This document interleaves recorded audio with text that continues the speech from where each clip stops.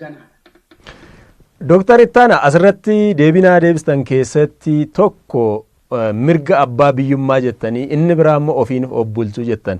As keessatti mirgi abbaa biyyummaa kun tarii Oromiyaan of dandeessee foxoqxeeyyuu akka riippaabilikaatti jiraachuu qabdi yaada jedhu of keessaa qabaa.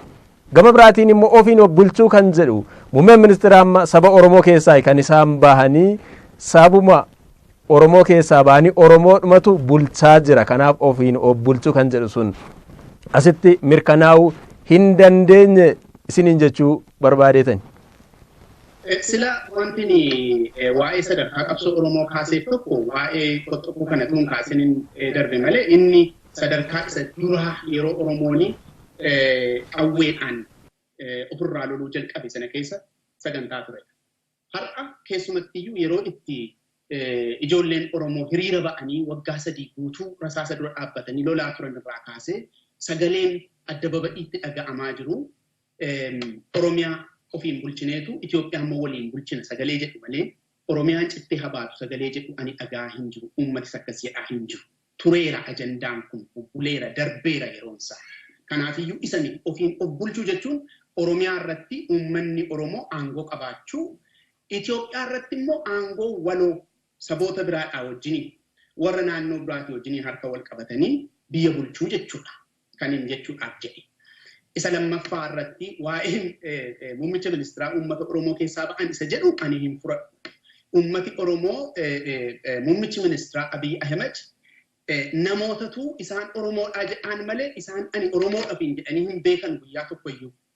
Maaliif jettee yoo naan jette mallattoodhaan yoo ta'e, qabiyyee dubbiitiin yennaa ta'e, imaammata baasuudhaan yennaa ta'e, firummaa aantii siyaasaatiin yennaa ta'e, ani Oromoo miti Oromoodhaafis hin hojjedhu ergaa jedhu dabarsu malee ani Oromoodhaaf dhaabbadheetan saboota kan biraa wajjiniin immoo harka wal qabadhee bulcha kan jedhu hin jiru keessa. Kanaaf muummichi ministeeraa Dr. Abiy Ahmed kaampii qabsoo Oromootiif rakkina malee bu'aadha jedhee ani hin fudhadhu. Kanaaf namoonni adda baba'iitti yeroo dubbatan dhageessaniittu sagantaa siyaasaa nuyi kennineefiinitu biyyi kun bulaa jirti hamma jedhamutti ga'ameera. Kanaaf ossaatti aangoo Oromoonii OPDO'tti karaa Dr. Abiyyitti karaa OPDO'tiin kenne ormaan fudhatameera. Kanaafiyyuu Oromootu aangoo irra jira isa jedhu ani hin fudhadhu. Namni kunis ani Oromoo ofiin jedhanii hin beekan namatirra kaa'ame. Haa ta'u gama biraatiin kan dhimma magaalaa Finfinnee osoo kaafne dhimma magaalaa Finfinnee fi waa'ee afaan Oromoo yoo kaasne baroota hedduudhaa fi gaaffiin ijoo saba kanaa waa'ee magaalaa Finfinnee fi waa'ee afaan saba bal'aa kun afaan hojii mootummaa federaalaa akka ta'udha kan gaafatamaatii ture. Kun hin taane dhaabni amma keessuma naannoo Oromiyaa geggeessaa jiru ODP waan kana ifatti ba'ee yeroo dubbatu waltajjii irratti hin dhaga'amu. Waa'ee afaan Oromoos ta'e keessa yoo ta'e malee jechuudha. Waa'ee magaalaa Finfinnees immoo magaalaan Finfinnee kan hunda keenyaati, teessoo gamtaa Afrikaati, teessoo dippiloomaatota addunyaati. Kana jechuurraan kanaaf ifatti ba'ee hin dubbatu. Tarii wanni ODP afaan qabee kun yookaan akka nama bassoon afaan jiruu isa jedhamu sana akkas kan godhe kun yoon amma gabbee dubbadhe bara dhufu filannoo geggeeffamu kanarratti sagaleen dhaba jedhee yaadee ta'a laata yookaan tapha siyaasaa ta'a laata moo ODP waan kana deebisuudhaaf ejjennoodhuma yookaan akka paartiitti ga'umsuma paartii siyaasaan qabu. Isa lammataati isatti amma lammata irratti jette kanadha. Tokkoffaa waa'een mirga abbummaa Oromiyaa Finfinnee irratti qabu istaandaardii itti OPDO'n dubbatu wajjiniin waliin gitu. Haa ta'uutii garuu uummanni Oromoo nageenya naaf wayyaa. Ijoollee itti gabbareera. Haa ta'u adeemsa keessa lafan jedhu ga'uu nan danda'a. Isuma heera biyya sanaa irratti barreeffame naaf godhaa jedhee manatti galee uummanni Oromoo. Kanaaf OPDO'n yookaan ODP'n wanta heera Itoophiyaa irratti barreeffamee jiru maqaa faayidaa addaa jedhu barreeffamee jiru sana hojiirra oolchuuni filamuudhaaf wanti isa sodaachisu ani jira jedhee hin amanu. Sababiin isaa ODP'n hamma ani beekutti paartiin ODP jedhamu hamma ani beekutti yoo wanti nuyi hin beekne jira ta'e malee hamma ani beekutti bakki inni itti dorgomu Oromiyaa keessa.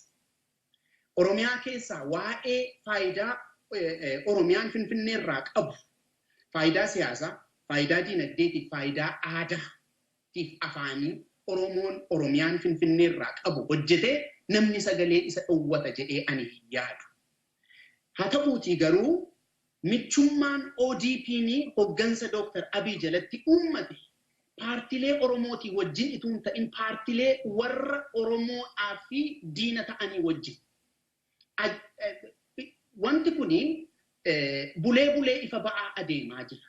Bulee ifa ba'aa adeemaa jira kan hin jedhu maa inni tokkoffaa ishee heerarra jirtu sunillee cubbuudha hamma jedhamutti yeroo warri kaan dubbatan ODP'n akka ati sila jette nama damma nyaatee hidhii walitti qabatee gargar ba'utti waan kana dubbachuu dadhabe. Inni kun maa inni warra isaa wajjiniin harka wal qabatanii mul'ata Itoophiyaa ittiin ceesisan sanatu wal dhiita jedheetan amana'an. Maaliif warri paartii ODP kana Dr. Abiy wajjiniin harka wal qabatanii jiranii Oromoo irraa Itoophiyaa oolchuu piroojeektii jedhu qabu. Dr. Abiy sirra deddeebi'anii waan kana walgahii irrattis iddoo garaagaraa irrattis waanuma isaan ibsanidha. Iccitii miti wanti kun.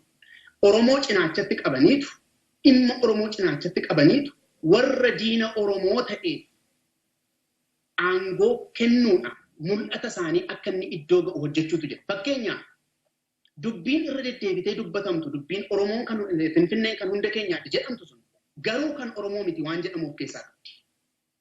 Yeroo Finfinneen kan saboota hundumaati jedhamu eeyyee sirriidha. Yeroo nuyi duukaa buunee jennu Finfinneen bakka teessoo buufata mootummoota Afrikaati eeyyee sirriidha. Keessumaa eeyyuu bakka buufata dippiloomaasii addunyaati eeyyee sirriidha. Garuu mootummaa naannoo Oromiyaatiif immoo wiirtuudha. Magaala guddittiidha gaafati jettu no kan jedhu of keessaa qaba deebiinsa. Isa kanaaf ODP'n akkuma paartiitti gaaffiin qabsoo Oromoo keessumatti inni kan mirga abbaa biyyummaa kun akka inni galma hin geenye paartii hojii koo jedhee hojjetaa jiru. Keessumatti erga obbo Lammaa Naangoo irraa kaafamanii booddee hojiin hojjetamaa jiru akka Oromoon hin milkoofne akka Oromoonii biyya isaa irratti abbaa hin taaneef hojii hojjetamaa jirudha. Akka anaaf amma naa galutti hojii hojjetamaa jirurraas walgahii geggeeffamaa jirurraas akka argaa jirrutti Oromiyaan ergaa giddu galeessarra masaraa 4 kiiloo irraa dhufuun bulaa jirti malee namoota Oromoon amanateen miti kan bulaa jiru. Akka manaa kaastanitti Dr. Ittaana obbo Lammaan pirezidantii mootummaa naannoo Oromiyaa turanii san booda amma ministeera ittisa biyyaatti jijjiiramanii. Dubbiin achi keessa jiru kun namoonni duuba waan baay'ee ni haasa'u. Haa ta'u malee ODP'matu achi keessatti waan kana sirreeffatee akkaataatti hiriiranii akkaataa waa hojjetan sirreeffate moo dubbiin kun waa achitti jajal'ina qabdi obbo Lammaa Oromiyaa irraa kaasuun dubbii biraatu dugda duubaan jirattanii yaaddu? Dubbii biraan akka dugda duubaan jiru akkaataa itti obbo Lammaan ka'anii fi erga obbo Lammaan ka'anii booddee wanta hojjetame irraa arguu dandeenya. Ani keessoo dhimma ODP irraa dhimma hin qabu. Abaluu isaan kaa'atanii abaluu isaan kaasan irraa dhimma hin qabu. Dhimma Oromoo irraa garuu dhimma hin qabu. Obbo Lammaan wanti isaan ittiin beekamanii sincerity Oromoodhaa fi dhugaadhaan quuqamuudhaan beekama namni kun. Gaafa inni dubbatu keessa Oromoo tuqa wanti inni haasa'u keessa isaatii dhugaadhaan dubbata waan ta'eef. Utuu dubbannu uummanni Oromoo ODP'tti tole jedhee adaraa kennee kan gale obbo Lammaa dhaga'eeti malee ODP dhaga'ee miti. Sababiinsaa seenaanii hariiroo ODP yookaan OPDOtiif uummata Oromoo seenaa ajjeechaa, seenaa hidhaa, seenaa wal ganuu, seenaa uummata kana cunqursuuti malee akka itti uummanni Oromoo ODP amanuu hin qabutu. Yeroo itti obbo Lammaan gadi ba'anii nuti kana booddee mootiin keenya ummata Oromooti, mootii ummata Oromooti alatti mootii hin qabnu. Kanaafiyyuu dirree irratti du'uun, karaa irratti du'uun isiniif hin malu. Nutti kennadhaatii galaa kana booddee qabsoo keessan nuyi ijoollee keessanii kana booddee hin tarkaanfachiisna. Gaafa isaan jedhan uummanni Oromoo kana amanii wanta kan biraa miti. Kana amaneetu fardatti kennee gaachanatti kennee eebbisee jabaadhaa isin booddee jirraa itti fufaa jedhe. Kana wanti dubbadhuuf maanni obbo Lammaan kan inni ittiin beekamu kan isaan ittiin beekamanii Oromoodhaaf quuqamuudha. Yeroo hundumaa eenya kanallee Kaampaalaatti dubbii isaan dubbatan argitee naa ta'e dubbii mootummaa naannoon Oromiyaa dubbachuu qaana'ee sodaatee taa'u waa'ee gaaffii abbaa biyyummaa Oromoo hin tuqamne sobuun nurra hin jiru waa'ee kanaa jedhanii ammas jajjabinaan irra deebi'anii dubbatanii. Kanaaf tokko kana qaban lammaffaa akkaataa itti obbo Lammaan aangoo irraa kaafaman ilaala. Akka kanaan dura beennutti pirezidaantiin tokko yenna hojii isaa irratti hanqinni argameera jedhamee gamamee hanqinni irratti argameetu caffeedhaaf ifa godhamee caffeen fuudhee aangoo irraa kaasuu danda'a. Bifa kanaan miti kan deemame kan obbo Lammaa dhoksaadhumattitu wanti hundumaa ukkaamamee bifa uummanni Oromoo hin argineeni ariifannaa guddaadhaan iddoo sanarraa kaasan. Obbo Lammaa duwwaa miti. Obbo Lammaadhaa wajjiniin ilaalcha wal fakkaataa kan qaban kan akka Aadde Xayyibaa ijoollee Oromoodhaaf quuqama qaban hundumatu iddoo sanarraa qulqullaa'ee kaafame.